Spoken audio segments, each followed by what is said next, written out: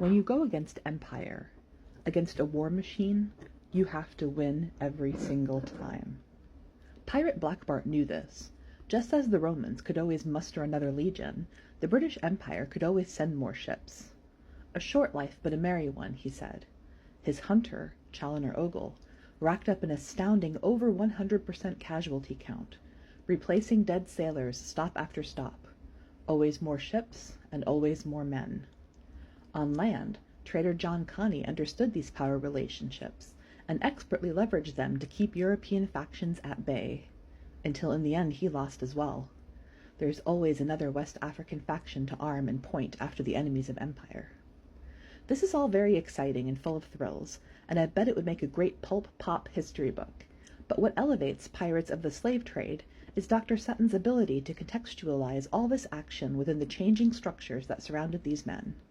Black Bart and John Conny kept their heads above water by being cosmopolitan, by understanding the factions and the incentives that motivated them.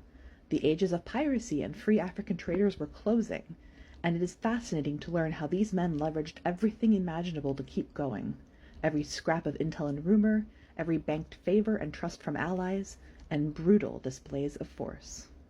How brutal were the European factions that one finds themselves rooting for these doomed pirates and warlords?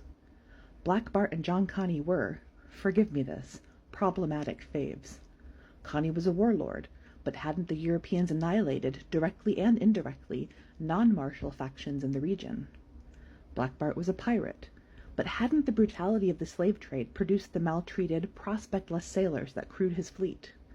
As slave traders calcified the anti-blackness that kept their engine running, their enemies look angelic by comparison.